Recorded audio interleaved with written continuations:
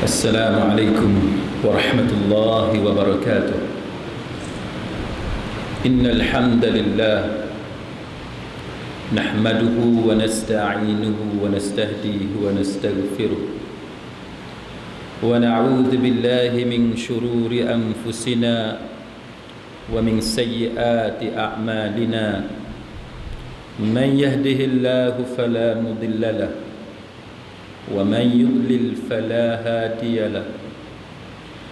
أشهد أن لا إله إلا الله وحده لا شريك له وأشهد أن محمدا عبده ورسوله. اللهم صل وسلم على محمد وعلى آله وصحبه والتابعين بإحسان إلى يوم الدين وبعد. Rabbi syurah li sadri, wahai Tuhanku, lapangkanlah dadaku ini, wa yassir li amri, dan permudahkanlah urusanku, wahlul 'uqdatam min lisani, dan uraikanlah kekeluhan lidahku, yafqahu qawli, supaya mereka memahami kata-kataku ini. Yang dihormati lagi dimuliakan Tuan Imam, yang dihormati Tuan Haji Tua, pegawai-pegawai masjid, ahli-ahli jawatan kuasa, seterusnya saudara-saudari, tuan-tuan, puan-puan, mudah-mudahan dirahmati dan diberkati oleh Allah Subhanahu wa taala.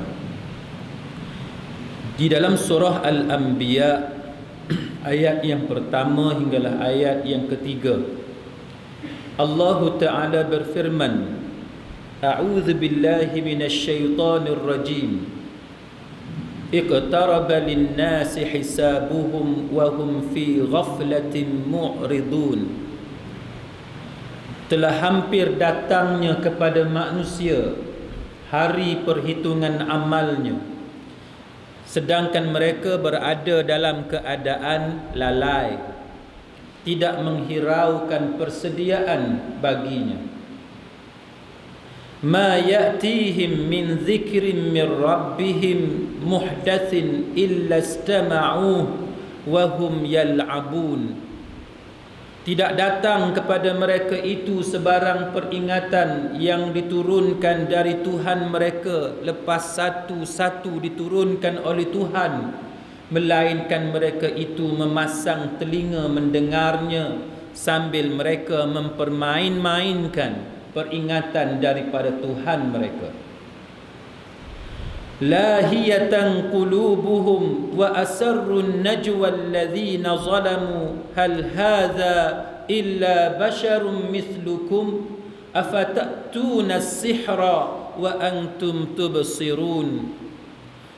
Dengan keadaan hati mereka leka daripada memahami dan mengamalkan maksudnya, dan orang-orang yang zalim itu berbisik-bisik sesama sendiri dengan berkata, bukankah Muhammad ini hanyalah seorang manusia biasa seperti kamu? Maka patutkah kamu turut hadir mendengar sihir yang dibawanya itu, sedangkan kamu nampak dan mengetahui karutnya sihir Muhammad yang berada di hadapan kamu itu. Saudara-saudari muslimin muslimat sekalian, ini merupakan satu mukaddimah kepada perbincangan kita pada malam ini, yang mana Allah Ta'ala menunjukkan kepada kita bahawa manusia itu berada dalam keadaan lalai, dalam keadaan cuai, tidak mempedulikan tentang preparation, persediaan yang patut mereka adakan sebagai kegunaan untuk hari mati mereka. Semua orang mengetahui bahawa dia akan mati. Tidak ada orang dalam masjid ini ataupun di luar masjid ini, seluruh dunia zaman dahulu dan zaman ini, di mana-mana benua sekalipun, tak pernah kita mendengar mana-mana orang yang berani mengakui bahawa dia tidak akan mati. Tapi dalam ayat ini Allah Ta'ala menceritakan tentang golongan ghaflah, golongan yang mana mereka ini cuai, leka, lalai, tidak mempedulikan perkara yang sepatutnya mereka lakukan, iaitu menyediakan bekalan untuk hari mati mereka. Perbincangan kita pada malam ini tentang hari Ashura dan tentang bagaimana maut yang datang secara faja'atan, secara tiba-tiba. Ada satu tajuk yang mesti kita lihat dengan lebih mendalam. Sebab semua ni kita ni akan mati. Dan Allah Ta'ala menceritakan tentang sikap manusia yang cuai dan lalai daripada mempersiapkan diri dia untuk menghadapi hari perhitungan, hari pembalasan, hari perbicaraan, hari di mana manusia itu mengetahui bahawa dia akan memasuki syurga yang kita inginkan ataupun neraka yang kita minta jauh. Mohon kepada Allah Ta'ala melindungi kita daripada azab jahannam ataupun azab mana-mana neraka. Dan Allah Ta'ala menyebut bahawa walaupun datang tazkirah, peringatan kepada mereka, datang kepada mereka satu persatu, tetapi sikap mereka ialah mereka pasang telinga, mereka dengar, tetapi mereka yal'abun, buat main. Dengar, bukan tak dengar. Telinga mereka ni mereka pasang, mereka buka telinga, dengar. Tapi adakah mereka ambil pengajaran daripada apa yang mereka dengar? Maka Allah Ta'ala menyebut yal'abun. Mereka itu mempermain-mainkan tazkirah yang mereka dengar, yang mereka pasang telinga mendengarnya. Muslimin muslimat sekalian, seterusnya Allah Ta'ala menyebut bahawa dalam hati mereka, mereka faham sangat.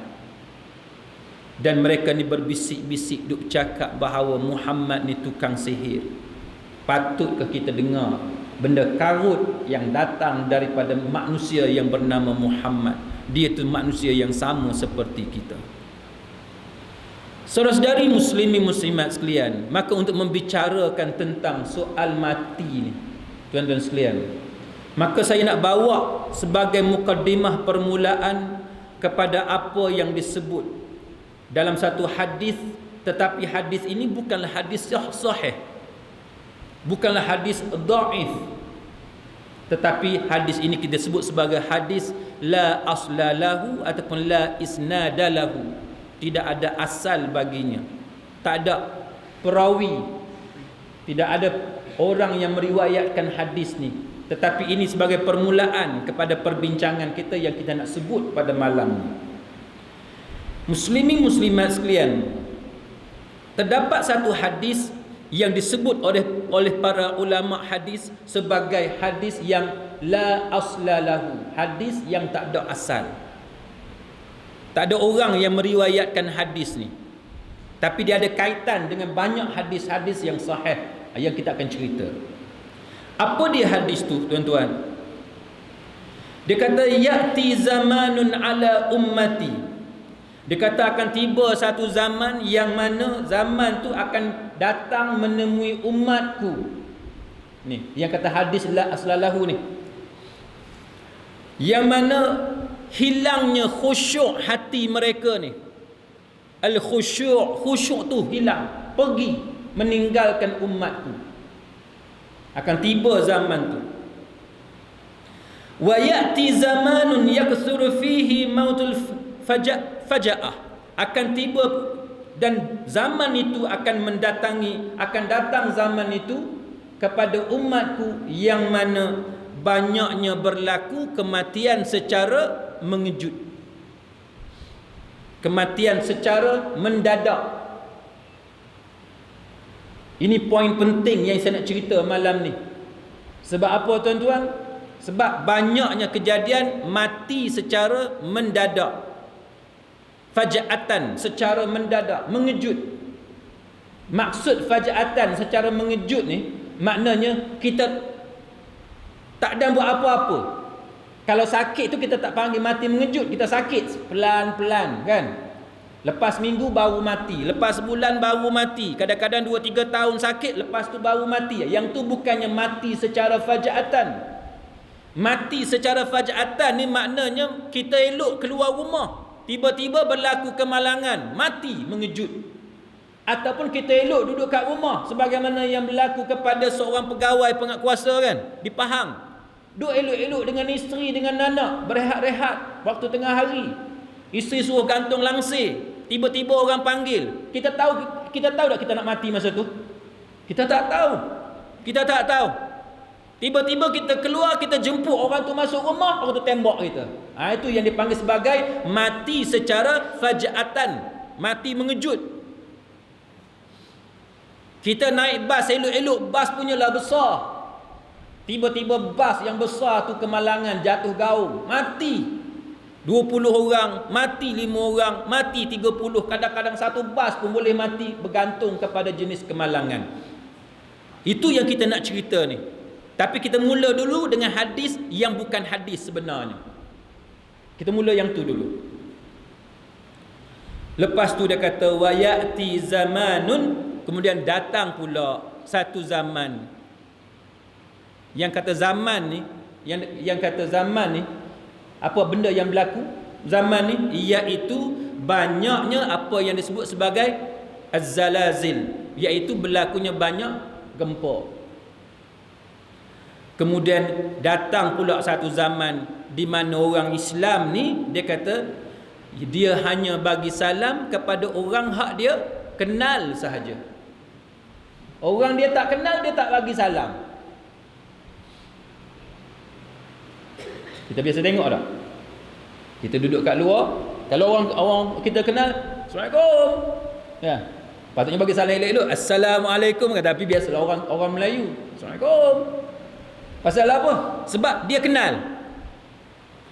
Tapi bila kita keluar ke pekan, duk selisih berapa ramai orang, bagi salam tak? Bagi salam tak? Tak bagi. Tak bagi salam. Orang naik kereta, nak masuk lorong, ada orang lalu. Patutnya orang dah atas kereta tu ikut sunnahnya, dia bagi salam orang jalan kaki. Tak, dia jumpa saudara seagama dia, tapi dah tak kenal, tak bagi salam. Walaupun hadis ni hadis yang tidak ada sanad, tapi kita akan cerita lepas ni. Pasal apa yang saya ambil juga hadis ni. Baik. Lepas tu dia kata tiba pula satu zaman itu juga dia kata banyaknya al-haraj, pembunuhan. Ini ada kaitan dengan benda yang saya nak sebut malam ni. Lepas tu berlaku macam-macam, akhir sekali dia kata satu zaman di mana berlakunya banyak maksiat. Hadis ni, muslimin muslimat sekalian, kemudiannya qila, sahabat-sahabat pun tanya Nabi, mata ya Rasulullah, bila zaman tu? Zaman tu ialah satu zaman yang mana Nabi kata ialah bila dekat dengan hari kiamat, as-sa'ah. Hadis ni, satu hadis yang saya sebut tadi, la isnada lahu, tak ada isnad, tak ada sanad. Hadis ini juga disebut sebagai la asla lahu, tak ada asal bagi dia. Baik. Tapi pasal apa saya cerita pasal hadis ni?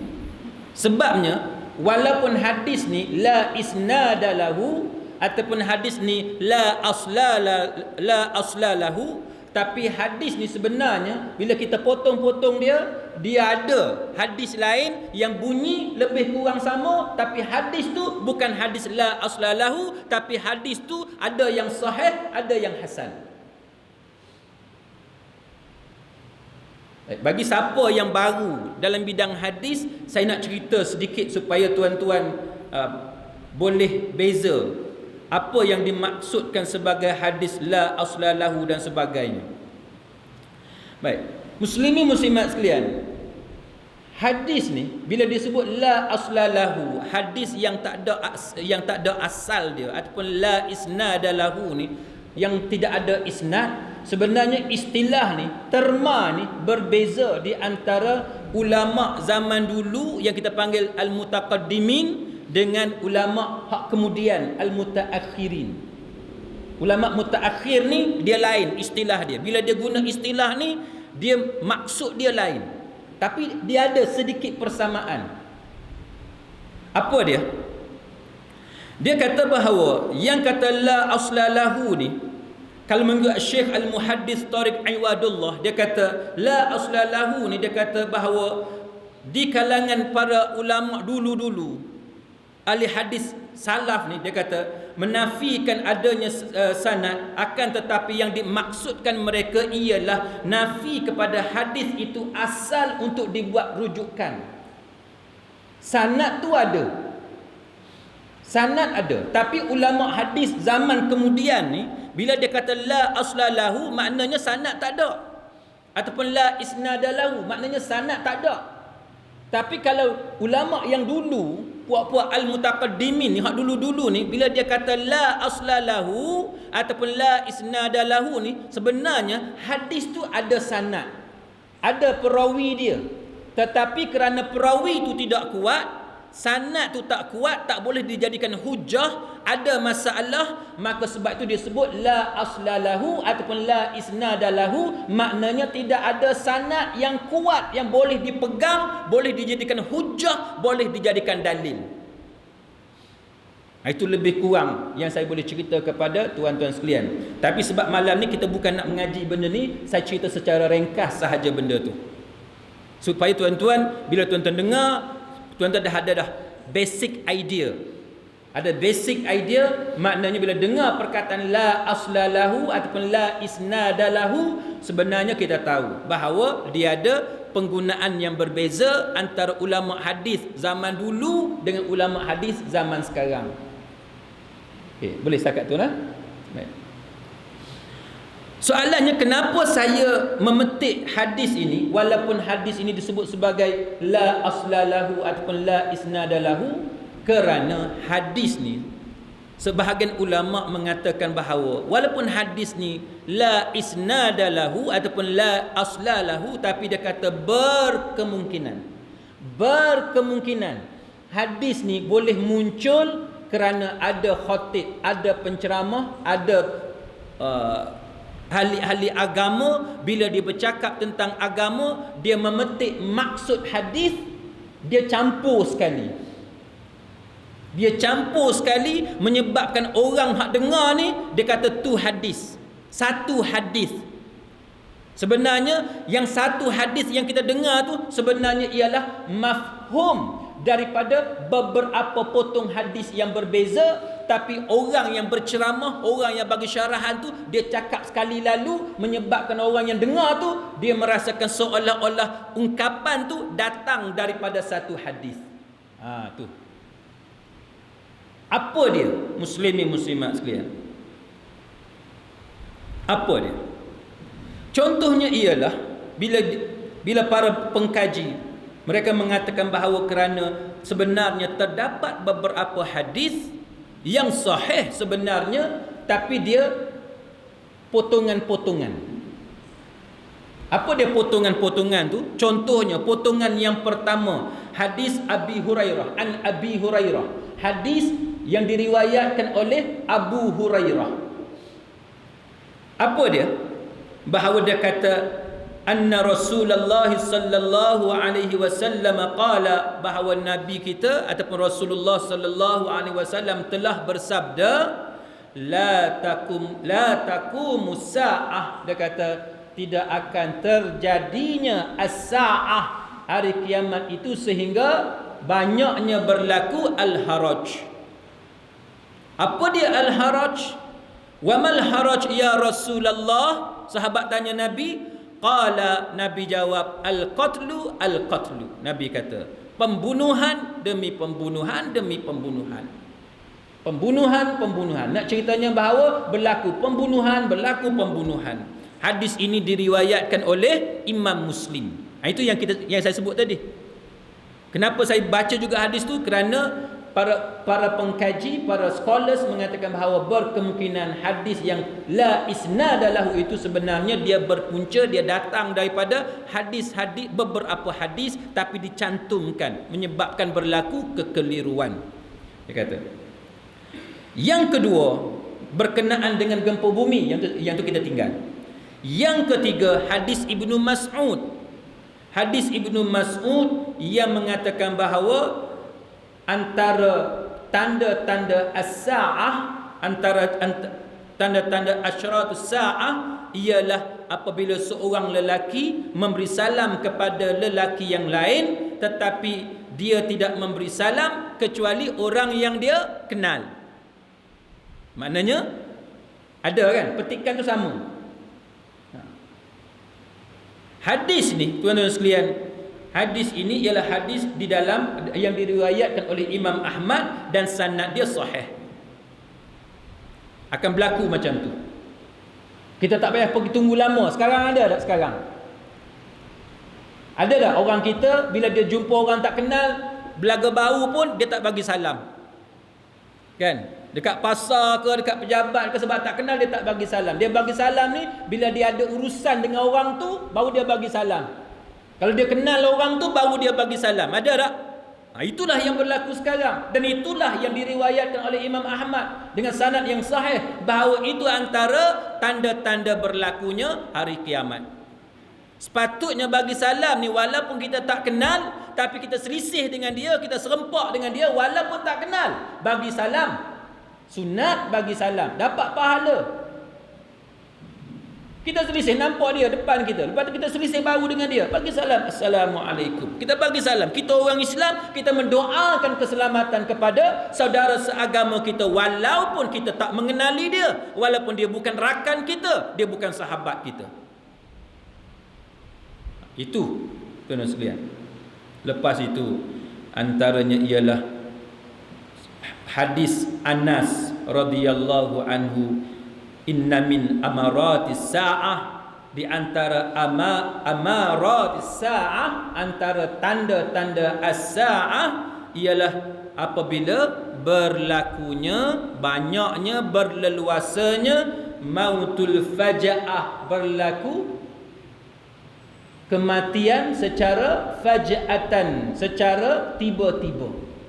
Secara tiba-tiba.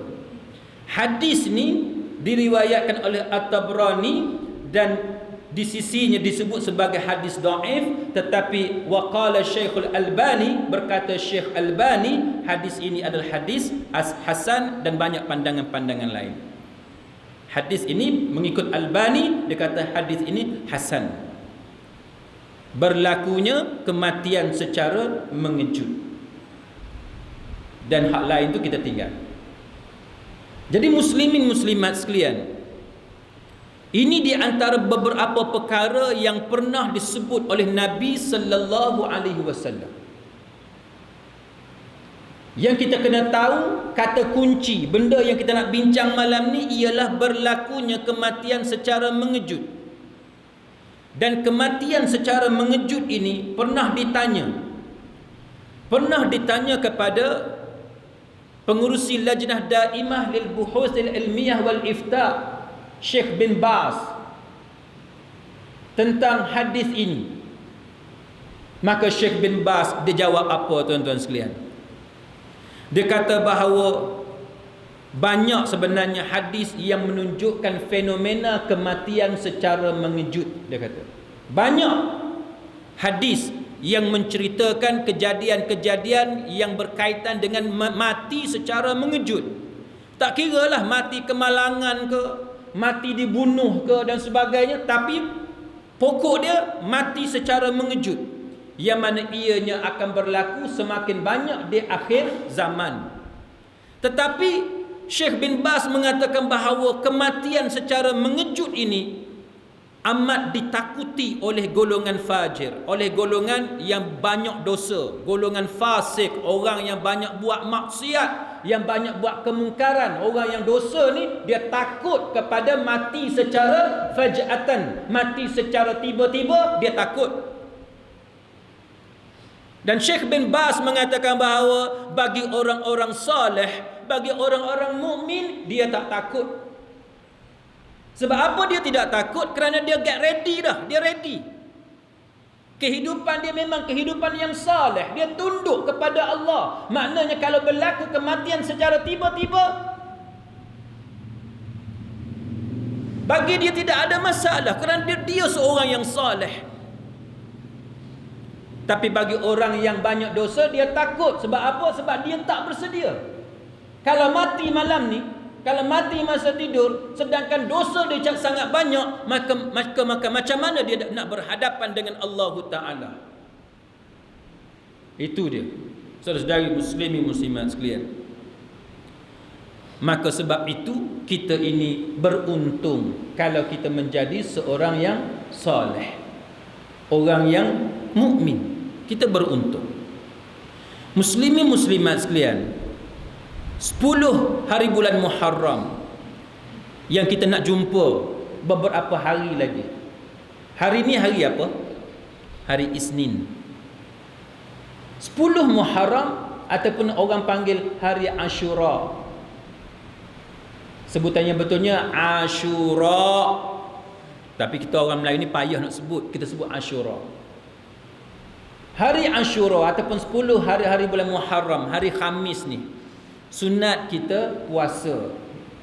Nak pahala lebih lagi, 9 hari bulan tu, hari Rabu puasa juga. Rabu dengan Khamis puasa juga. Dan sebahagian pendapat mengatakan boleh juga nak puasa hari Khamis dengan hari Jumaat. Maknanya 10 dengan 11. Tak apalah, saya beritahu secara ringkas. Tapi yang saya nak cerita malam ni kepada saudara-saudari muslimat sekalian ialah, sebabnya 10 hari bulan Muharram ni dia ada kaitan dengan kematian mengejut yang kita cerita malam ni. Sebab apa? Sebab hadis-hadis yang kita baca sedikit tadi ada menceritakan tentang al-haraj.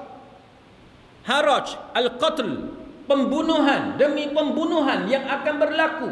Dan apa signifikan pentingnya kita berbicara tentang 10 hari bulan Muharram? Kerana saudara-saudari muslimat sekalian, ada di kalangan manusia yang mengaku dia beragama Islam, dan dia mengaku dia umat Muhammad sallallahu alaihi wasallam, tetapi amalan dia, penghayatan dia jauh daripada apa yang diajar oleh Nabi sallallahu alaihi wasallam. Berlaku kekeliruan di antara manusia yang mengaku bahawa dia beriman kepada Allah dan Rasul. Hari Ashura di kalangan orang-orang Melayu sebahagiannya adalah hari membuat bubur Ashura, hari makan. Sedangkan Nabi mengajar kita berpuasa pada hari Ashura. Ada di kalangan orang-orang Melayu dia faham hari Ashura sebab apa? Sebab Nabi Nuh nak naik kapal. Bila nak naik kapal, kena kumpul makanan sikit-sikit seorang, itulah jadi bubur Ashura. Macam-macam kefahaman yang ada. Orang-orang Syiah umpamanya, sebahagian daripada mereka, itulah hari untuk mereka meratapi pembunuhan Sayyidina Husain, anak kepada Khalifah Ali, Sayyidina Ali radhiyallahu anhu, cucu kepada Nabi sallallahu alaihi wasallam. Jadi malam ni saudara-saudari muslimat sekalian, kita nak bercakap tentang kematian mengejut ni sebagai tanda berlakunya kiamat yang Nabi sebut dalam beberapa hadis, yang sekarang ni pun berlaku dalam negara kita, sehingga kita rasa seolah-olah negara kita tidak lagi selamat. Kalau penguatkuasa pejabat agama pun boleh dibunuh dengan begitu mudah. Sebelum ini kita duk tengok gangster sama gangster saling membunuh antara satu sama lain. Lepas tu kita tengok macam mana pembunuhan yang dilakukan terhadap pegawai tinggi kastam. Kita tengok bagaimana pembunuhan dilakukan kepada tokoh perbankan dalam negara dan sebagainya. Seolah-olah tidak ada kawalan keselamatan dalam negara.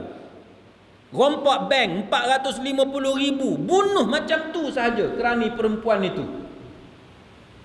Sehingga manusia tertanya-tanya, adakah kita selamat sekarang ni?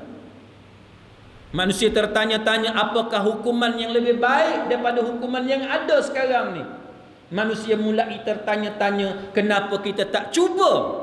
Kenapa kita tak try dulu undang-undang Allah yang lama dah Allah Ta'ala dan Nabi tunjuk kepada kita, tapi kita yang tak mau buat. manusia mulai tertanya-tanya apakah yang tidak kena dengan dasar dan polisi kerajaan. Manusia mulai tertanya-tanya apakah kurangnya sistem pendidikan dalam negara dan sebagainya. Muslimin muslimat sekalian, sambutan hari Ashura yang dilakukan oleh sebahagian daripada golongan tertentu yang mengatakan bahawa mereka cinta kepada keluarga Nabi, mereka cinta kepada keluarga Nabi, kasihnya mereka kepada cucu Nabi, yang mana cucu Nabi itu dicium, dipeluk, dicurahkan kasih sayang sebegitu rupa oleh Nabi sallallahu alaihi wasallam. Tiba-tiba ada manusia yang sanggup membunuh dengan kejam Saidina Husain. Maka rasa tidak puas hati menyebabkan mereka menyambut peristiwa ini, meratapi, merosakkan diri mereka, mengalirkan darah. Mereka melakukan perkara, kalau yang tuan-tuan tengok dalam YouTube, sangat-sangat menggerunkan. Maka soalan yang timbul dalam benak pemikiran kita ialah, adakah itu yang diajar oleh Nabi sallallahu alaihi wasallam pada hari Ashura, dan apakah sebenarnya yang berlaku di Karbala untuk pengetahuan kita? Muslimin muslimat sekalian, antara teks rujukan saya ialah antaranya daripada Syekhul Islam Imam Ibn Taymiyah dan beberapa rujukan yang lain untuk saya kongsi dengan tuan-tuan sekalian, supaya dalam kepala kita orang-orang Islam kita dapat gambaran yang jelas sebenarnya apakah benda yang berlaku, sehingga menyebabkan sebahagian golongan Syiah meratapi dengan sebegitu rupa. Dia sanggup buat sebegitu rupa apa yang dia kesalkan sebenarnya. Maka muslimin muslimat sekalian, antara riwayat yang paling sahih, antara riwayat yang paling benar, yang paling boleh kita percaya, ialah sebagaimana yang disebut oleh Imam Bukhari. Dia sebut bahawa haddatsani Muhammad bin Husaini bin Ibrahim qala haddatsani Husain bin Muhammadin haddatsana Jarir an Muhammadin an Anas bin Malik radhiyallahu anhu. Panjang. Lepas tu di hujung tu dia kata wa qala fi husnihi syai'an faqala Anasun kana ashbahahum bi Rasulillah sallallahu alaihi wasallam wa kana makhduban bil wasmah. Dia kata aku diberitahu, dia punya sanad panjang, oleh Muhammad bin Husain bin Ibrahim. Dia mengatakan bahawa aku diberitahu oleh Husain bin Muhammad, kami diberitahu oleh Jarir daripada Muhammad daripada Anas bin Malik radhiyallahu anhu. Dia mengatakan, baik, dia kata apa? Dia mengatakan bahawa kepala Husain dibawa dan didatangkan kepada Ubaidullah bin Ziyad. Dia kata Utia Ubaidullah, dia kata Ubaidullah ni dibawa kepadanya dengan biraksi Al-Husaini, dengan kepala Al-Husaini, kepala Husain. Ubaidullah bin Ziyad dibawa kepada dia, kepada Ubaidullah bin Ziyad, kepala Husain. Dan dia kata kepala itu diletakkan di atas satu bekas. Lalu dia kata Ubaidullah bin Ziyad menggunakan pedang dia tu, dia tusuk, dia tikam-tikam kepala Sayyidina Husain dengan mengatakan, dia kata Husain ni, dia kata orangnya tampan, orangnya elok muka dia. Dan Anas radhiyallahu anhu mengatakan di antara ahlul bait, Husain adalah orang yang paling mirip, paling hampir wajahnya dengan Rasulullah sallallahu alaihi wasallam. Pada masa itu Sayyidina Husain radhiyallahu anhu, rambut dia warna dengan wasmah, satu tumbuhan yang mana dekat-dekat dengan warna hitam. Hadis ni dia nak cerita apa, tuan-tuan? Hadis ni dia nak cerita apa? Hadis ni dia nak cerita bagaimana teruknya teruknya satu orang yang bernama Ubaidullah bin Ziyad. Nanti kita akan jumpa satu cerita bahawa tidak ada kaitan antara Ubaidullah dengan Yazid. Walaupun ada pihak mengaitkan kejahatan ini kejahatan yang dibuat oleh Yazid bin Muawiyah. Tapi sebahagian fuqaha, sebahagian ulama mengatakan bahawa peristiwa yang kejam ini tidak ada kaitan dengan Yazid. Apa yang Yazid buat, Yazid bin Muawiyah buat hanyalah memerintahkan satu bala tentera dihantar, diketuai oleh Ubaidullah bin Ziyad. Yang itu betul. Ubaidullah bin Ziyad memang dilantik oleh Yazid bin Muawiyah. Tetapi kekejaman yang dibuat terhadap Husain bukanlah datang daripada Yazid bin Muawiyah. Itu sebahagian pandangan para ulama Islam.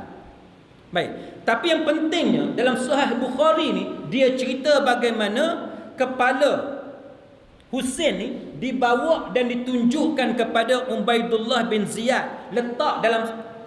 Dibawa kepada Ubaidullah bin Ziyad, kepala tu diletak dalam satu bekas, lalu Ubaidullah bin Ziyad ni dia guna pedang dia.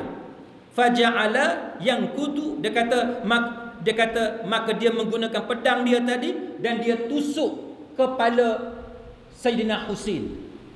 Maka tuan-tuan sekalian, soalan dia, kejam ke tak kejam? Kejam. Jahat ke tidak? Jahat. Satu peristiwa yang sangat memilukan hati kita. Macam mana orang Islam, macam mana orang yang nama dia Islam, sama-sama saudara seagama, berlaku perbalahan yang macam ni, sehingga kan bukan setakat dia bunuh. Bukan setakat dia bunuh, dia kerat kepala Sayyidina Husain. Bukan setakat dia kerat, dia ambil kepala Sayyidina Husain, dia bawa berjumpa dengan Ubaidullah bin Ziyad. Ubaidullah bin Ziyad bila tengok kepala Sayyidina Husain, bukan setakat dia cakap apa-apa, tapi bukan setakat itu, dia guna pedang dia pula, dia tikam-tikam kepala Sayyidina Husain. Ni tuan-tuan sekalian, kalau kita baca setakat yang kita baca malam ni tuan-tuan sekalian, logik tak kalau orang Syiah nak marah? Logik tak? Logik lah, kan? Macam mana hang pi buat kepada Sayyidina Husain yang sangat dikasihi oleh Nabi sallallahu alaihi wasallam? Dia adalah cucu Nabi. Cerita ni cerita betul dalam Sahih Imam Bukhari. Bukan cerita yang ditokok tambah, direka-reka, tidak. Memang cerita betul. Cuma tidak ada nama Yazid bin Muawiyah, yang ada nama Ubaidullah bin Ziyad, ketua panglima tentera yang dilantik oleh Yazid bin Muawiyah. Rasa nak marah tak kita tuan-tuan? Memang kita rasa nak marah. Sebab Sayyidina Husain ialah cucu Nabi yang Nabi sangat sayang. Macam mana hampir bunuh dia, kerat kepala dia, lepas tu bawa kepala, lepas tu pergi cucuk-cucuk macam tu, cucuk kat lubang hidung dia dan sebagainya. Itu merupakan satu penghinaan, perbuatan yang sangat jahat yang dilakukan oleh orang yang mengaku bahawa dia beragama Islam. Tak boleh terima tuan-tuan. Saya yang baca ni pun rasa tak boleh terima. Dan saya percaya tuan-tuan juga tak boleh terima benda macam ni berlaku kepada cucu Nabi yang sangat Nabi sayang. Baik, muslimin muslimat sekalian, maka kemarahan itu dia ada asas. Kemarahan itu ada asas. Cuma yang kita nak bincangnya ialah cara menunjukkan kemarahan itu betul ataupun tidak. Macam kita lah, kalau anak kita orang pukul, orang buat zalim, kan? Kita marah tak? Marah. Anak kita tak buat salah apa-apa, tiba-tiba ada satu budak nakal pergi tumbuk anak kita, rebah anak kita. Kita marah tak? Marah, tuan-tuan. Sakit hati. Yang ni bukan setakat pukul, ini bunuh, kerat kepala, lepas tu buat main-main dengan kepala Sayyidina Husain. Maka sebab itu muslimin muslimat sekalian, kalau orang kata bahawa Syiah marah, kita bagi tahu bukan setakat Syiah, Ahlussunnah wal Jamaah pun marah, kesal dengan apa yang berlaku. Kita tak boleh terima benda yang berlaku ni. Baik, muslimin muslimat sekalian, macam mana benda ni boleh berlaku? Dia Sayyidina Husain itu dan sekalian, dia duduk di Mekah bersama-sama dengan para sahabat Nabi hak lain, seperti Ibnu Abbas, Ibnu Zubair radhiyallahu anhuma dan sebagainya. Dia kata kemudian apabila Muawiyah radhiyallahu anhu meninggal dunia pada tahun 60 Hijri, tahun 60 Hijri dia meninggal dunia, anak dia Yazid bin Muawiyah ambil alih. Lepas itu tuan-tuan, penduduk Iraq ni yang majoritinya adalah penyokong Sayyidina Ali, tulis surat kepada Sayyidina Husin. Tulis surat kepada Husin radhiyallahu anhu, minta Sayyidina Husin ni pergi ke Iraq. Tetapi keluarga dia cuba tahan Sayyidina Husin. Tuan-tuan sekalian, cuba tahan. Sebab apa tuan-tuan? Sebab sudah berlaku pembunuhan Sayyidina Ali, ayah dia tu dibunuh di Kufah. Jadi keluarga dia, para sahabat tak bagi dia pergi. Kalau engkau pergi, nasib engkau ni sama macam ayah engkau. Dia pura-pura umpan engkau keluar daripada Mekah, engkau pergi, on the way engkau pergi tu dalam keadaan engkau lemah, jauh daripada orang lain. Masa tu engkau kena serang nanti, macam mana engkau nak buat? Jadi para sahabat, ahli-ahli keluarga tak membenarkan Sayyidina Husin pergi. Tapi Sayyidina Husin tetap dengan pendirian dia untuk pergi, menerima jemputan daripada penduduk Iraq yang bukan setakat pujuk dia, hantar surat dan sebagainya, minta dia pergi. Maka muslimin muslimat sekalian, dia kata bahawa dia telah melakukan istikharah. Dia solat istikharah untuk dia pergi tu, memohon petunjuk daripada Allah supaya menetapkan pendirian dia, buat pilihan, hak mana pilihan yang terbaik. Maka dia kata dia dah buat solat istikharah, berdoa kepada Allah Ta'ala dan sebagainya. Maka dia menanamkan azam, dia kata dia mesti pergi. Maka apa yang berlaku, muslimin muslimat sekalian, Yazid bin Muawiyah dengar, dapat khabar bahawa Sayyidina Husin ni keluar dari Mekah pergi ke Iraq. Iraq yang dikatakan mempunyai ramai sokongan kepada Sayyidina Husin. Maka Yazid bin Muawiyah, tuan-tuan tahu kan masa tu keadaan orang Islam berpecah, kan? Keadaan orang Islam berpecah. Tuan-tuan boleh tengok sejak daripada mulai kuat tu, tuan-tuan tengok zaman Sayyidina Umar. Sebenarnya zaman Abu Bakar pun dah pecah dah. Zaman Abu Bakar Siddiq, sehingga berlaku golongan murtad yang enggan bayar zakat dan sebagainya, kan? Itu kita dah belajar sebelum ni. Lepas tu dia makin merekah, makin teruk zaman Umar, zaman Uthman makin teruk, zaman Ali lagi teruk, dan akhir sekali apa yang duk berlaku sekarang ni. Maka bila dia dengar Husin ni nak keluar, maka Yazid bin Muawiyah lantik Ubaidullah bin Ziyad untuk mengetuai kumpulan tentera dia untuk pergi tengok apa yang sebenarnya berlaku. Sebenarnya sebahagian ulama mengatakan bahawa tidak ada arahan bunuh daripada Yazid bin Muawiyah terhadap Sayyidina Husin. Maka apa yang berlakunya, muslimin muslimat sekalian, bila dia keluar tu, satu riwayat mengatakan bahawa janji puak Iraq nak sokong, nak bagi perlindungan kepada Sayyidina Husin ni, bantuan tu tak datang. Menyebabkan Sayyidina Husin dengan beberapa orang rombongan dia yang ada ni tidak ada pilihan melainkan terpaksa berhadapan dengan kumpulan tentera yang ramai yang diketuai oleh Ubaidullah bin Ziyad. Sikit lawan dengan ramai. Sedangkan Sayyidina Husin mengharapkan bantuan daripada Iraq. Sebahagian riwayat mengatakan bahawa ini adalah tipu helah sebenarnya untuk mengumpan Sayyidina Husin itu keluar. Wallahu a'lam. Maka berlakulah apa yang kita cerita tadi, iaitu dia telah dibunuh oleh Ubaidullah bin Ziyad. Baik. Ubaidullah ni tuan-tuan, dia seorang yang sangat jahat. Dia tikam hidung, mulut dan gigi Sayyidina Husin. Sedangkan pada masa itu adanya Anas bin Malik, adanya Zaid bin Arqam, adanya Abu Barzakh al-Aslami radhiyallahu anhum. Orang-orang hebat ada pada masa itu. Lalu Anas radhiyallahu anhu mengatakan, jauhkanlah pedang kamu itu daripada mulut itu, kerana aku pernah melihat mulut Rasulullah sallallahu alaihi wasallam mencium mulut itu. Anas ni tengok, dia tak sanggup nak tengok. Dia kata dekat Ubaidullah, dia kata, engkau jangan buat benda macam ni.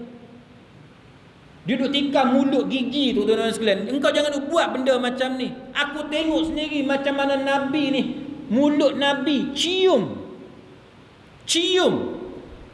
mulut Sayyidina Husin. Sayangnya Nabi kepada Husin. Engkau jangan nak buat benda macam ni. Muslimin muslimat sekalian. Baik. Ada bantahan daripada beberapa sahabat dan sebagainya. Lepas tu dia kata, seandainya aku tidak melihat kamu ni tua. Ubaidullah kata dekat Anas, kalau tak sebab aku tengok ni kau ni tua, kalau bukan kerana engkau ni orang tua, dia kata mesti dah sekarang ni juga aku pancung kepala engkau tu. Ubaidullah tu kata. Dia sebenarnya perpecahan ni tuan-tuan, dia ada rasa tak puas hati. Bila tuan-tuan dengar cerita ni, tuan-tuan tak terasa ke apa-apa? Mungkin tuan-tuan akan kata, pasal apa Anas ni tak kata teruk-teruk kepada Ubaidullah? Dia lintasan-lintasan macam tu yang berlaku perbalahan ni. Dia berlaku perbalahan, rasa tak puas hati, sehingga menyebabkan timbul syak wasangka mengatakan bahawa engkau tak ambil tindakan dalam keadaan engkau melihat kekejaman yang dilakukan terhadap mayat Sayyidina Husin, kepala Sayyidina Husin. Itulah yang berlaku kepada Sayyidina Ali, kepada Khalifah Ali. Kerana puak-puak yang menentang Ali mengatakan bahawa Ali sebenarnya bersubahat dengan pembunuhan Uthman. Ali melambat-lambatkan. Ali mengetahui siapa yang membunuh. Rasa tak puas hati. Padahal Ali kata dia akan ambil tindakan. Tapi kerana keadaan orang Islam masa tu teruk, maka dia tangguhkan dulu pelaksanaan tindakan terhadap pembunuh Uthman. Dia bergaduh tuan-tuan sekalian. Itulah juga yang berlaku kepada Uthman. Orang-orang yang jahat tuan-tuan sekalian meniupkan api permusuhan. Baik, nak ringkaskan cerita muslimin muslimat sekalian, dalam riwayat At-Tirmizi dan Ibnu Hibban disebut bahawa faja'ala yaqulu biqadibin lahu fi anfihi. Dia kata lalu Ubaidullah mulai, dia kata, memasukkan pedang dia ke dalam hidung Husin radhiyallahu anhu. Dia kata lepas tu Ubaidullah masuk ke pedang. Dia buat main. Kan dah kepala letak dalam bekas, pedang buh dalam lubang hidung. Itu punca dia yang rasa tak puas hati tu. Rasa nak marah tu. Yang tuan-tuan boleh tengok dalam TV, dalam YouTube. Dia pukul badan dia, dia menyesal sebab tak dapat menyelamatkan cucu Nabi. Dia nak marah yang tu.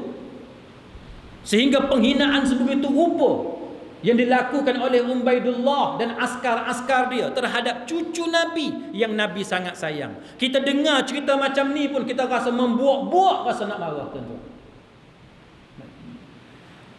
Dalam riwayat yang lain, lalu dia kata dia mulai memasukkan pedang yang ada pada tangan dia ke bahagian mata Sayyidina Husin, hidung Sayyidina Husin. Dia kata, Zaid bin Arqam kata, angkatlah pedang kamu wahai Ubaidullah, sungguh aku pernah melihat mulut Nabi mencium tempat tu. Zaid bin Arqam pun tuan-tuan sekalian melarang Ubaidullah daripada meneruskan perbuatan yang jahat tu. Dan banyak lagi riwayat-riwayat lain yang panjang lebar menceritakan keadaan itu. Tetapi yang saya nak cerita kepada tuan-tuan sekalian ialah, bila kita dengar cerita macam tu, logik tak orang-orang Syiah nak marah? Logik. Sebab kita yang ahli sunnah pun kita rasa nak marah. Takkan macam tu sekali kau buat kepada cucu Nabi. Kan? Tapi, ni ada tapi. Tapi muslimin muslimat sekalian, memang kemarahan kita itu meluap-luap. Betul, kemarahan kita meluap-luap. Engkau Syiah ke, engkau ahli sunnah ke, engkau siapa ke, kalau engkau umat Muhammad, kalau engkau orang Islam dan engkau sayang kepada keluarga Nabi, engkau sayang kepada sahabat-sahabat Nabi, nescaya engkau rasa kemarahan yang sangat-sangat marah, meluap-luap di atas kekejaman yang dilakukan terhadap Sayyidina Husin. Cuma soalan yang kita nak kena jawab, dalam keadaan kita mengakui kita sangat marah kepada kejadian yang berlaku, soalan yang nak kena jawab ialah, adakah betul cara kita memperingati peristiwa yang berlaku di Karbala ini dengan cara kita mencederakan diri kita? Ambil pedang yang besar, yang panjang, parang yang panjang, kita pukul belakang kita sampai terbelah belakang, sampai rebah dengan darah yang banyak keluar, hantar ke hospital. Budak kecil pun diajar, toreh kepala dia bagi menandakan penyesalan dia kerana gagal menyelamatkan Saidina Husin. Itu soalan yang kita nak tanya. Nabi Muhammad sallallahu alaihi wasallam diracun oleh wanita Yahudi dalam peristiwa Khaybar, racun Khaybar disebut dalam Ar-Rahiqul Makhtum. Adakah kita menyesali apa yang berlaku kepada Nabi akibat daripada gagalnya orang-orang Islam menyedari racun yang datang daripada Zainab, perempuan Yahudi itu, dalam peristiwa racun Khaybar?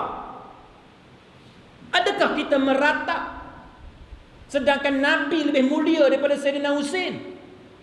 Nabi lebih mulia daripada Sayyidina Husin, tetapi Nabi diracun sehingga membawa kepada kewafatan baginda sallallahu alaihi wasallam. Orang yang meratap kematian Sayyidina Husin, dia tidak meratap kematian Nabi. Kita jangan sebut Abu Bakar, jangan sebut Umar, sebab mereka memang melaknat Abu Bakar dan Umar. Mereka melaknat Uthman, mereka tak terima. Jangan sebut nama-nama tu. Tapi cukup kita tanya, Nabi mati, Nabi wafat, adakah engkau meratapi kematian Nabi? Tidak. Apatah lagi tuan-tuan, dalam Islam, Islam melarang kita meratap. Menangis, menitiskan air mata itu perkara biasa yang berlaku. Sebagaimana Nabi sallallahu alaihi wasallam sangat sedih dengan kematian anak lelaki dia Ibrahim. Itu benda biasa seorang manusia. Tetapi meratap dengan cara mencederakan diri sendiri sebagaimana yang dilakukan oleh orang-orang Syiah terhadap kematian di Karbala yang menimpa kepada Sayyidina Husin yang dihina sebegitu rupa, itu bukanlah datang daripada ajaran Islam. Dan disebut bahawa Yazid rahimahullahu ta'ala sangat menyesali terjadinya peristiwa ini kerana Muawiyah berpesan agar berbuat baik kepada keluarga Nabi sallallahu alaihi wasallam. Maka ketika mana dia mendengar bahawa Sayyidina Husin dibunuh, mereka sekeluarga, Yazid bin Muawiyah sekeluarga, menangis dan melaknat Ubaidullah. Melaknat Ubaidullah di atas kejahatan Ubaidullah terhadap keluarga Nabi. Hanya dia, tapi kesilapan dia tuan-tuan sekalian, dia tidak menghukum dan tidak mengkisos Ubaidullah sebagai bukti dia membela Sayyidina Husin. Ini benda yang sama berlaku tuan-tuan. Benda yang berlaku kepada Sayyidina Ali kerana Ali tidak ambil tindakan terhadap pembunuh Uthman, kan? Ali dia ada alasan dia kerana keadaan havoc, kacau bilau pada masa tu.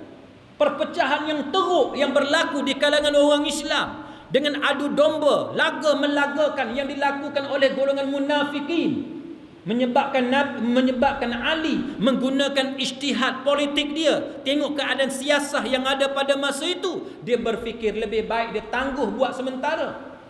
Tapi itu menyebabkan Muawiyah merasa tidak puas hati di atas tindakan Sayyidina Ali, menyebabkan berlaku perbalahan dengan Aisyah radhiyallahu anha dan sahabat-sahabat yang lain. Saya nak sebut dekat tuan-tuan, dah kita sebut perbalahan sahabat ni pernah berlaku dalam masyarakat kita. Bila kita kata kita dalam masyarakat ni, kita jangan bergaduh, kita tak mau bergaduh, kita nak duduk elok-elok. Kalau ada perbezaan pendapat, kita bincang cara elok-elok. Ada satu hamba Allah ni, dia jawab apa? Dia kata, Syekh, sahabat Nabi pun bergaduh, bunuh lagi. Jadi kalau kita pun buat juga, bukanlah benda pelik, dia kata. Jadi soalannya tuan-tuan, adakah kita nak ulang benda tu? Adakah kita nak ulang kesilapan yang berlaku, kesilapan ijtihad menyebabkan terkorbannya para sahabat di tangan sahabat yang lain? Adakah kita nak ulang peristiwa tu? Peristiwa itulah yang sepatutnya kita ambil sebagai pengajaran supaya tidak berlaku pada zaman kita. Walaupun kita mengakui bahawa sahabat Nabi jauh lebih mulia daripada kita, tetapi kesilapan yang berlaku itu sepatutnya kita jadikan dia sebagai sempadan. bukannya sebagai excuse untuk kita ulang kesilapan yang sama. Muslimin muslimat sekalian, jadi dia kata bahawa kalau benar dia ada banyak tokoh tambah yang saya tak mau cerita panjang, tapi contoh yang saya boleh bagi kepada tuan-tuan, antara tokoh tambahnya dia kata lepas Saidina Husin dibunuh, kepala dia dibawa, diarak, perempuan-perempuan diarak dan sebagainya, dimalukan, diaibkan apa semua, dan ini menambahkan lagi kemarahan para penyokong Saidina Husin, menyebabkan berlakunya perbalahan sebagaimana yang tuan-tuan baca dalam sejarah. Kemudian banyaklah tokoh tambah cerita-cerita lain. Contohnya hari pembunuhan terhadap Saidina Husin, langit menurunkan hujan darah lalu melekat pada pakaian. Basuh macam mana sekalipun, darah yang melekat pada pakaian itu tak hilang. Itu tokoh tambah puak-puak Syiah ni. Nak tunjuk bahawa betapa alam pun tidak reda dengan pembunuhan Saidina Husin. Dan tidak diangkat satu batu. Mana-mana batu kalau kita jumpa, kita angkat, mesti bawah batu tu ada darah Saidina Husin. Ini cerita tokoh tambah, cerita yang tak boleh kita pakai. Kemudian dia kata banyaklah lagi dakwaan-dakwaan yang lain. Tuan-tuan sekalian, cerita lagu ni cerita bohong yang kita tak boleh terima. Kejahatan, tuan-tuan sekalian, betul ada masanya Allah Ta'ala bagi cash balasan dia, tapi dalam banyak keadaan Allah Ta'ala tangguh. Allah Ta'ala tangguh. Itu adalah istidraj daripada Allah. Anak derhaka, adakah anak derhaka akan jadi batu? Tu cerita si Tenggang ada lah, kan? Cerita si Tenggang ada. Dekat balik pulau ni, dekat titik teras ni, kalau ada satu anak dia bercakap kasar dengan mak dia, tiba-tiba dia jadi batu. Agak-agak lepas tu ada orang tak nak derhaka pada mak? Tak ada lah. Pasal apa? Sebabnya bila derhaka pada mak jadi batu. Cukup seorang jadi batu, hak lain semua takut. Kan? Betul tak? Kalau semua orang semayang, semua jadi kaya-raya, tak ada orang ponteng semayang. Semua pakat semayang belaka sebab semua tahu. Lepas semayang dapat 500,000. Lepas semayang dapat 10,000. Tapi tidak, tuan-tuan. Orang semayang ada yang kaya, ada yang miskin. Kalau semayang mesti sihat. Confirm lepas ni hospital tak ada, semua pakat pergi semayang, semua sihat. Tapi Allah Ta'ala dia buat kaya miskin, dia buat sihat sakit, dia buat derhaka, taat dan sebagainya. Semua itu adalah bentuk ujian kepada manusia. Dan ada ketikanya Allah Ta'ala balas on the spot, tapi dalam banyak keadaan Allah Ta'ala tangguh. Jadi cerita-cerita macam ni, tuan-tuan, kita tak boleh nak terima. Sebagaimana orang-orang Melayu dia kata bahawa kalau keluar lahirnya hang tuah, lepas tu peti datang, kilat sabung menyambung, nak cerita hebatnya kelahiran hang tuah dan sebagainya. Itu semua cerita nak bagi sedap kita baca dan kita dengar sahaja. Dan itulah tokoh tambah yang berlaku kepada kematian Saidina Husin. Baik, apa pendirian kita ahli sunnah, tuan-tuan sekalian? Pendirian kita ahli sunnah wal jamaah ialah Saidina Husin, dia mati sebagai orang yang dizalimi. Dia mati sebagai seorang yang mati syahid. Itu pendirian kita ahli sunnah wal jamaah.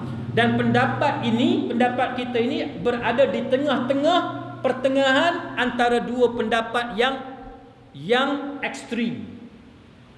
Imam Ibn Taymiyah berkata, tidak diragui lagi bahawa Saidina Husin terbunuh dalam keadaan dia dizalimi dan dalam keadaan dia syahid pada jalan Allah. Pembunuhan terhadap Saidina Husin, Imam Ibn Taymiyah kata, merupakan maksiat kepada Allah dan Rasul daripada si pembunuh dan orang-orang yang membantu pembunuhan tersebut. Dan dari sudut yang lain, dia merupakan musibah yang menimpa kepada kaum muslimin, yang menimpa kepada keluarga Nabi sallallahu alaihi wasallam. Dan yang sedangkan berhaknya Saidina Husin itu mendapat gelaran syahid, kedudukan yang mulia, dan perlu kita memberikan penghormatan yang sewajarnya kepada Saidina Husin. Pada masa yang sama, Imam Ibn Taymiyah mengatakan bahawa pembunuhan terhadap Saidina Husin tidaklah lebih besar daripada pembunuhan terhadap para nabi. Ini yang kita nak kena jelas. Imam Ibn Taymiyah kata, nabi-nabi lain telah dibunuh oleh orang Yahudi. Kita baca kisah Nabi-Nabi dulu. Nabi Isa hampir-hampir dibunuh, tapi diselamatkan oleh Allah. Sebelum tu dibunuh. Nabi Zakaria dan sebagainya dibunuh. Muslimin muslimat sekalian, dalam Ar-Rahiqul Makhtum, Nabi Muhammad sallallahu alaihi wasallam mati akibat racun daripada orang Yahudi, racun Khaybar. Mereka ni, yang Nabi-Nabi Allah Ta'ala ni, mereka jauh lebih mulia daripada Sayyidina Husain.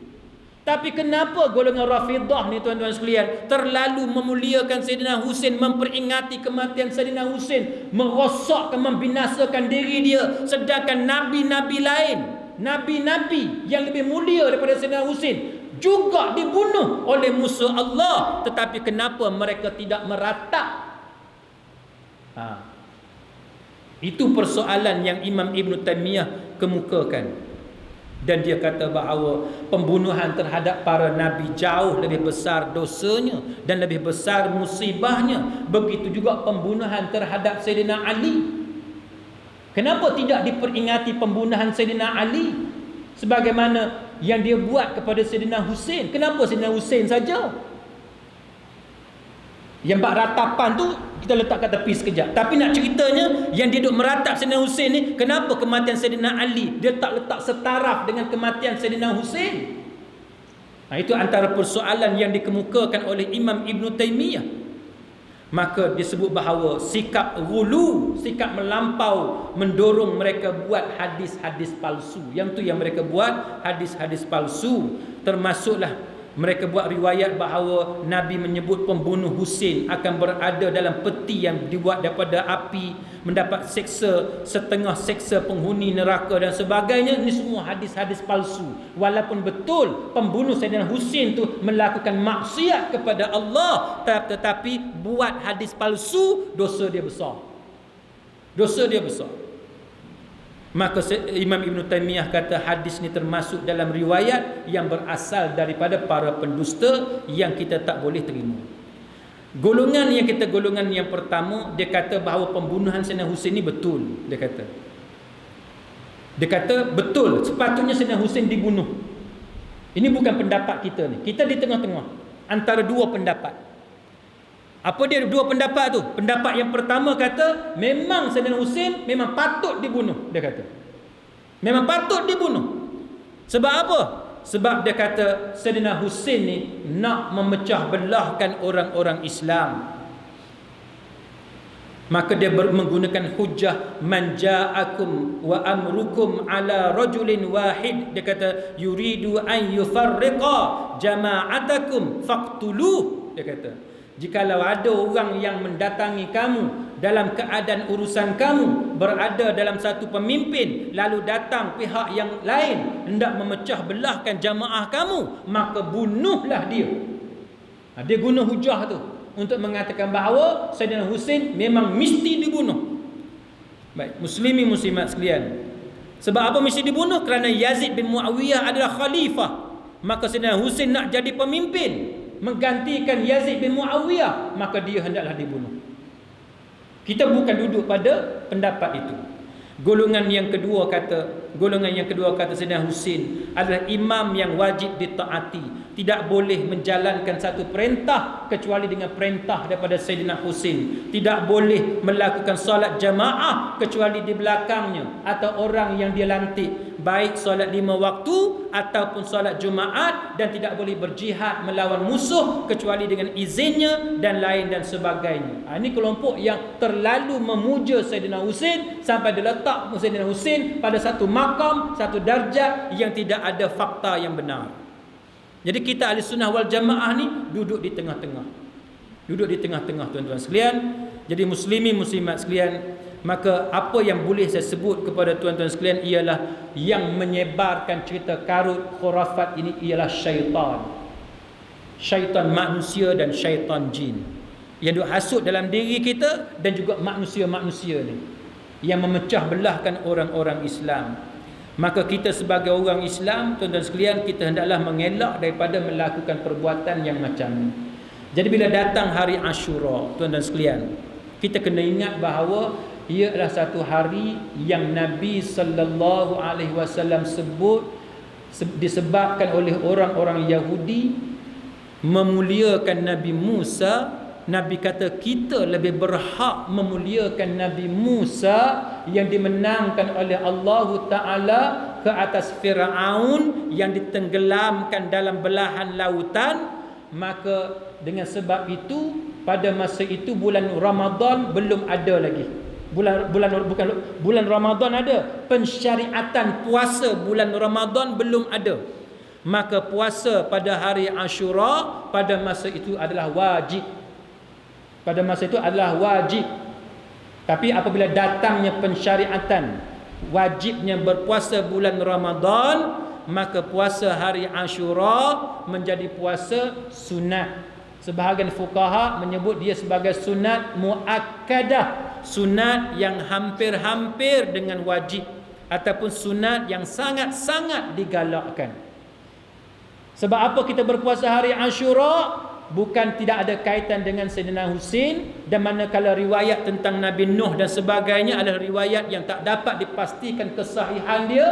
Maka kalau tuan-tuan nak tahu apa yang sahih, apa yang benar-benar yakin, jawapan dia kerana menyambut kemenangan Nabi Musa alaihi salam yang mengalahkan Fir'aun dengan izin daripada Allah Subhanahu wa taala. Sebagai tanda syukur, maka kita orang-orang Islam kita berpuasa pada hari Ashura, pada hari 10 daripada bulan Muharram. Nak lebih baik al-yaumut tasi', hari yang ke-9.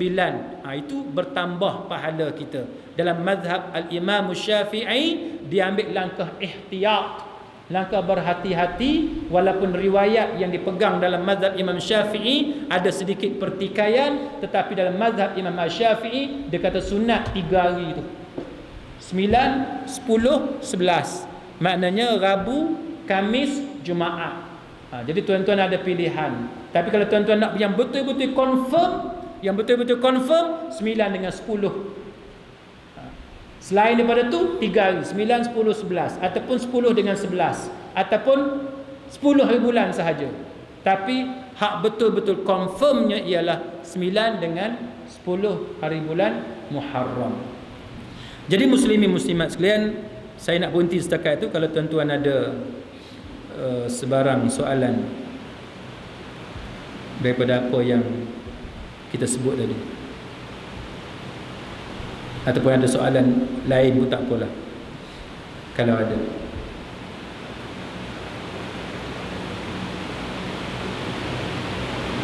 Ada?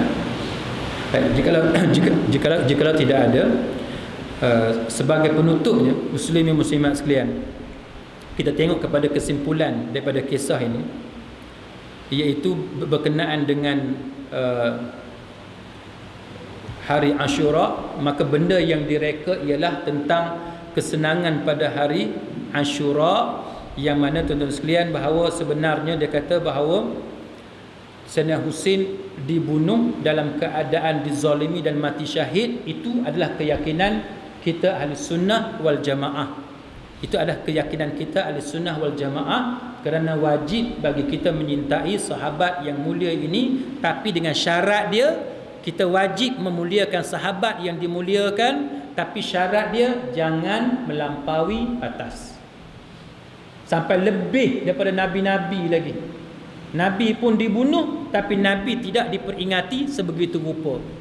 Apatah lagi kita dilarang oleh Nabi sallallahu alaihi wasallam daripada melakukan ratapan, daripada menyeksa tubuh kita di atas apa yang berlaku. Cerita ni tuan-tuan dia berlaku dah, kita kata dah lebih 1000 tahun yang lampau. Dah lama dah, lebih 1000 tahun yang lampau. Jadi hari ni duk masih lagi menyesali atas apa yang berlaku kepada Sayyidina Husin. Sedangkan apa yang berlaku kepada para anbiya yang lebih mulia daripada Sayyidina Husin, kita tak ratapi. Itu adalah satu contoh kesilapan besar yang dilakukan oleh golongan ini. Maka apa yang berlaku pada hari Ashura, bukannya kita bersedih di atas apa yang berlaku kepada Sayyidina Husain, tetapi pada hari Ashura ialah hari kita bersyukur di atas kemenangan Nabi Musa alaihi salam dan di atas kekalahan Fir'aun yang dimurkai oleh Allah Ta'ala. Subhanakallahumma wa bihamdik asyhadu an la ilaha illa anta astaghfiruka wa atubu ilaik. Wabillahi taufiq wal hidayah. Wassalamu alaikum warahmatullahi wabarakatuh.